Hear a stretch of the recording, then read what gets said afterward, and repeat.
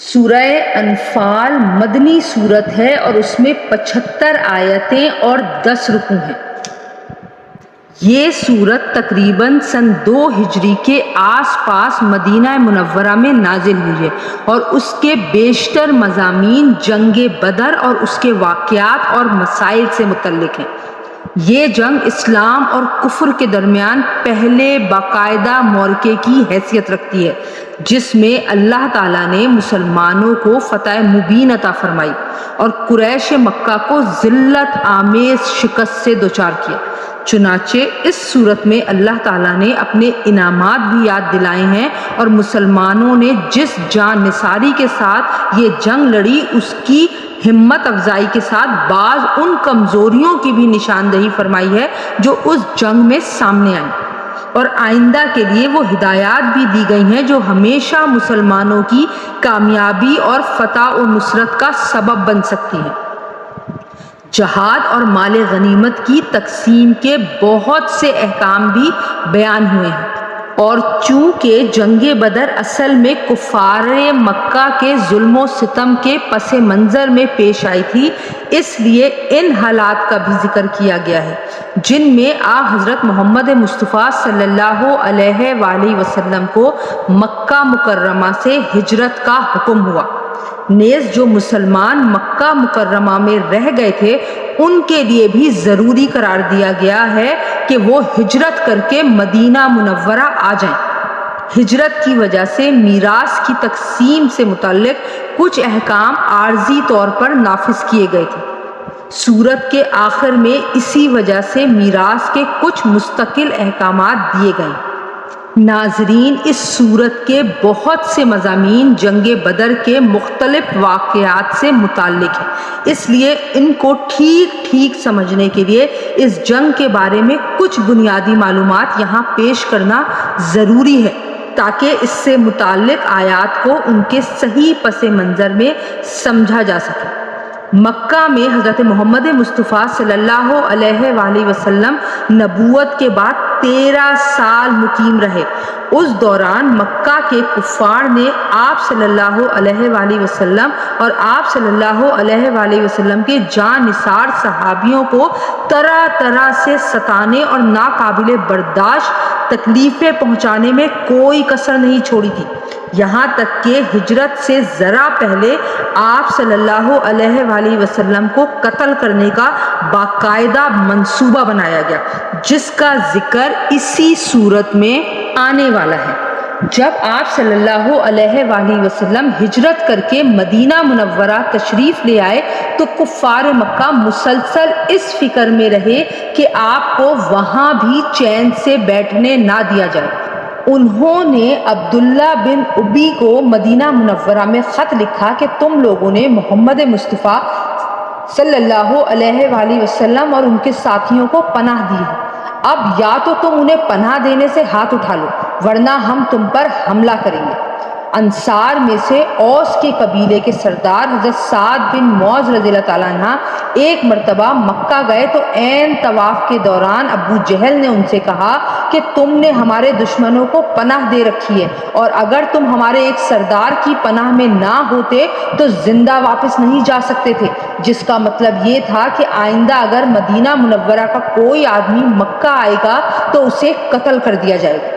حضرت سعد بن معاذ رضی اللہ تعالیٰ عنہ نے اس کے جواب میں ابو جہل سے کہہ دیا کہ اگر تم ہمارے آدمیوں کو مکہ آنے سے روکو گے تو ہم تمہارے لیے اس سے بھی بڑی رکاوٹ کھڑی کر دیں گے، یعنی تم تجارتی قافلے لے کر جب شام جاتے ہو تو تمہارا راستہ مدینہ منورہ کے قریب سے گزرتا ہے، اب ہم تمہارے قافلوں کو روکنے اور ان پر حملہ کرنے میں آزاد ہوں گے۔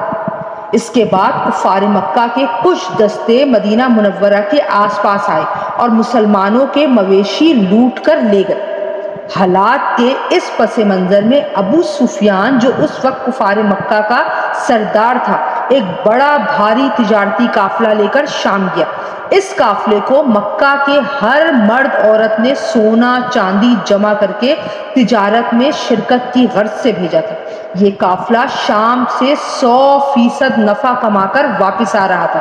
یہ قافلہ 1000 اونٹوں پر مشتمل تھا اور 50,000 دینار کا سامان لا رہا تھا۔ اور اس کے ساتھ 40 مسلح افراد اس کی حفاظت پر متعین تھے۔ جب پیارے نبی حضرت محمد مصطفیٰ صلی اللہ علیہ وآلہ وسلم کو اس قافلے کی واپسی کا پتہ چلا تو حضرت سعد بن معاذ رضی اللہ تعالیٰ عنہ کے چیلنج کے مطابق آپ صلی اللہ علیہ وآلہ وسلم نے اس قافلے پر حملہ کرنے کا ارادہ فرمایا۔ اس کے لیے باقاعدہ سپاہیوں کی بھرتی کا موقع نہیں تھا، اس لیے وقت پر جتنے صحابہ تیار ہو سکے ان کی تعداد 313 تھی۔ کل 70 اونٹ اور 2 گھوڑے تھے، 60 ذریں تھی۔ اس مختصر سامان کے ساتھ آپ مدینہ منورہ سے نکل گئے۔ یہاں یہ بات قابل ذکر ہے کہ بعض غیر مسلم مصنفین نے اس واقعے پر یہ اعتراض کیا ہے کہ یہ ایک پرامن تجارتی قافلے پر حملہ کرنے کا کوئی جواز نہیں تھا۔ ہمارے زمانے کے بعض مسلمان مصنفین نے اس اعتراض سے مرعوب ہو کر یہ دعویٰ کرنے کی کوشش کی ہے کہ پیارے نبی حضرت محمد مصطفیٰ صلی اللہ علیہ وآلہ وسلم کا ارادہ قافلے پر حملہ کرنے کا نہیں تھا، بلکہ ابو سفیان نے اپنے طور پر خطرہ محسوس کر کے ابو جہل کے لشکر کو دعوت دی تھی۔ لیکن واقعے کی یہ تشریح صحیح احادیث اور قرآنی اشارات کی روشنی میں درست نہیں ہے۔ در حقیقت یہ اعتراض اس وقت کے حالات اور اس دور کے سیاسی، دفاعی اور معاشرتی ڈھانچے سے بے خبری پر مبنی ہے۔ پہلی بات تو یہ ہے کہ جو واقعات ہم نے اوپر بیان کیے ہیں ان کی روشنی میں فریقین کے درمیان ایک مسلسل جنگ کی حالت موجود تھی۔ دونوں نے ایک دوسرے کو نہ صرف چیلنج دے رکھے تھے بلکہ کفار کی طرف سے عملی طور پر چھیڑ چھاڑ بھی شروع ہو چکی تھی۔ دوسرے حضرت سعد بن معاذ رضی اللہ تعالیٰ عنہ پہلے سے انہیں متنبہ کر آئے تھے کہ وہ ان کے قافلوں پر حملہ کرنے کے لیے آزاد ہوں گے۔ تیسرے اس دور میں شہری اور فوجی افراد کی کوئی تفریق نہیں ہوتی تھی۔ کسی معاشرے کے تمام بالغ مرد مقاتلہ یعنی لڑنے والے کہلاتے تھے۔ چنانچہ قافلے کی سرکردگی ابو سفیان کے ہاتھ میں تھی، جو اس وقت پیارے نبی حضرت محمد مصطفیٰ صلی اللہ علیہ وآلہ وسلم کے کھلم کھلا اور کھلے دشمن تھے، اور اس کے ساتھ 40 مسلح افراد میں سے ہر ایک قریش کے ان لوگوں میں سے تھا جو مسلمانوں کو ستانے میں پیش رہے تھے اور مسلمانوں کے خلاف جنگ کی تیاری کر رہے تھے۔ اور یہ قافلہ بھی اگر کامیابی سے مکہ مکرمہ پہنچ جاتا تو قریش کی جنگی طاقت میں بڑے اضافے کا سبب بنتا۔